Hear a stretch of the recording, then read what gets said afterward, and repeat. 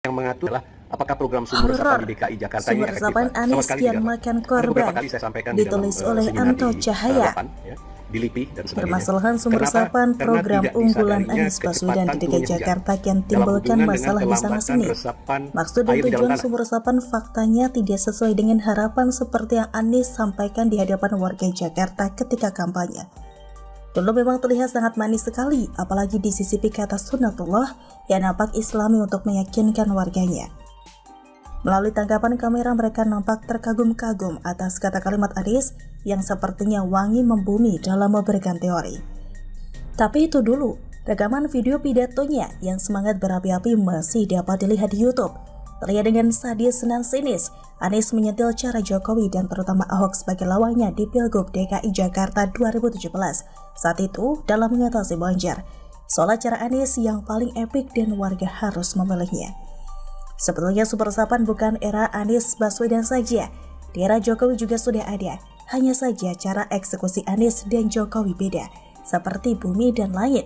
Mengapa sumber resapan era Gubernur Jokowi tidak bermasalah dan terbilang sukses mengurangi dampak genangan banjir? Dulu Jokowi membuat sumber resapan di kawasan hijau yang memang paling pas dan tepat untuk dibuat. Bahkan kedalamannya mencapai 60 meter. Jokowi bukan tipikal seorang pemimpin yang bosi, hanya duduk di belakang meja dan cukup menerima laporan anak buah. Tidak, Jokowi bukan tipe seperti itu. Ia akan ikut terjun dan mengawasi setiap proyek yang telah ia canangkan. Itu tergambar jelas sampai detik ini ketika Jokowi menjadi seorang presiden bersama salah satu menteri terbaiknya yaitu Basuki Hadimulyono. Sebagai Menteri PUPR, Presiden kerap meninjau proyek-proyek yang sedang dibangun sampai akhirnya diresmikan. Perhatikan, ia akan mengawal proyek tersebut. Bahkan tidak segan kadang Presiden berpanas-panasan, berhujan-hujanan, menyemplung ke sawah, ke ladang, ke laut, bahkan jongkok bersama Menteri PUPR untuk sekedar mengecek kualitas infrastruktur yang sudah dikerjakan.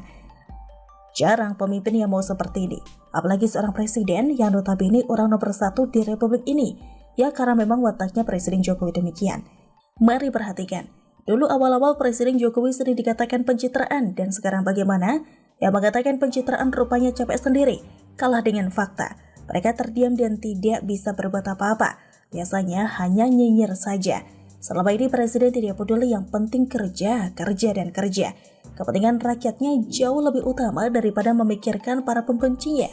Lantas bagaimana dengan Anies Baswedan? Jika dibandingkan Jokowi antara bumi dan langit, Anies Baswedan hanya pandai memoles dan ngeles. Ia bukan seorang eksekutor, tapi seorang konseptor. Tapi faktanya konseptor yang buruk. Salah satu yang sedang bikin kesal publik ya kaitannya dengan sumber resapan itu.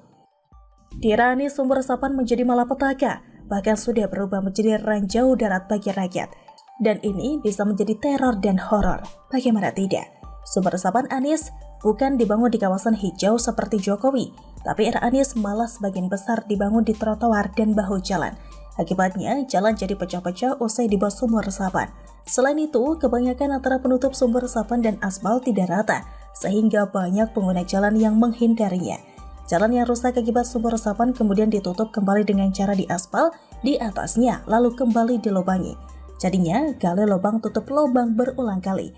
Akhirnya menjadi meme di sudut-sudut ruang maya. Fix, jika sumber resapan Anies Baswedan yang telah menghabiskan anggaran ratusan miliar itu sama sekali tidak memberikan dampak positif bagi banjir di Jakarta. Tapi malah sebaliknya, mendatangkan masalah baru, jauh dari kata kalimat Anies yang mengatakan, saya biasa menyelesaikan masalah, bukan umbar masalah. Lah ini, sumber resapan Anies timbulkan masalah dan umbar masalah kan? Maka tidak heran jika kemudian sumber resapan untuk anggaran tahun 2022 sudah tidak ada lagi. Ya, semestinya demikian DPR di DKI Jakarta, bukan sekelompok keledai yang mau jatuh ke lubang yang sama, bukan? Sumber resapan Anies Baswedan bisa dikatakan hanya buang-buang duit rakyat. Satu sisi jadi bom waktu dan mencelakai warga ibu kota.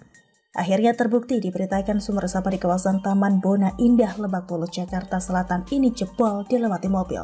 Apakah harus menunggu korban lebih parah lagi? Via Twitter pada Rabu 8 Desember 2021, seorang warga bernama Arnold Mamesa melaporkan peristiwa ini ke pemerintah kota Jakarta Selatan, Dinas Sumber Daya Air Jakarta, hingga ke Gubernur Anies Baswedan.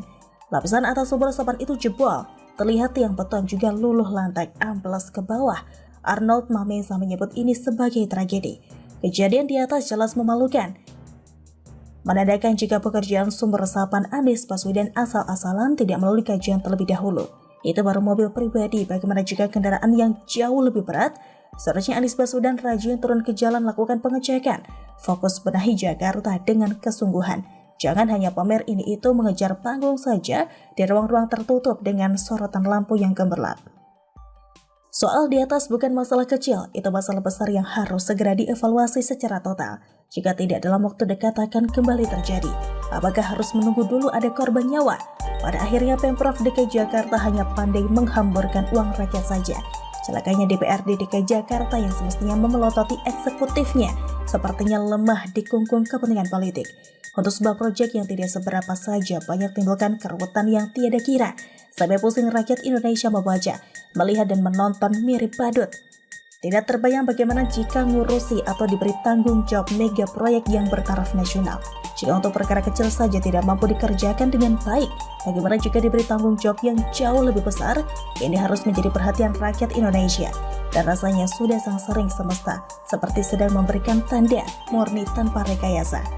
Kita akan menunggu apa solusi Anies Baswedan soal sumber resapan yang timbulkan kontroversi ini. Apakah akan tetap mengkambing hitamkan pelaksana proyek seperti yang kerap kita baca selama ini? Dan jangan harap warga DKI Jakarta akan mendengar dari mulut Anies Baswedan permohonan maaf atas ketidaknyamanan yang ia telah ciptakan. Anies Baswedan bukan Gibran Rakabuming, putra sulung Jokowi wali kota Surakarta itu, atau seorang Ganjar Pranowo yang mau berjiwa besar dan merendahkan hatinya memohon maaf jika terjadi permasalahan di wilayahnya. Bagaimana menurut Anda? Demikian, salam. Bagaimana menurut Anda? Silahkan tulis pendapat Anda di kolom komentar. Terima kasih sudah menyaksikan channel Siwak TV.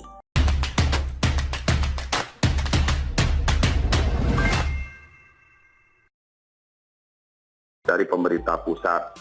Dan ini sudah diperiksa oleh BPK, tidak ada masalah di sini, tidak ada kerugian. Pak Wagub, Anda mengatakan ini hanya persoalan administrasi, tidak ada masalah, tidak ada kerugian daerah di sini berdasarkan summary ataupun kesimpulan dari BPK, tapi apakah kelebihan bayar?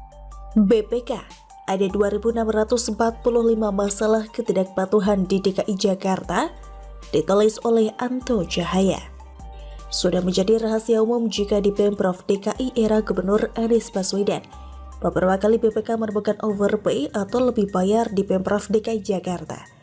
Jika Anda mengetik di Google dengan keyword lebih bayar DKI Jakarta, maka akan nongol semua.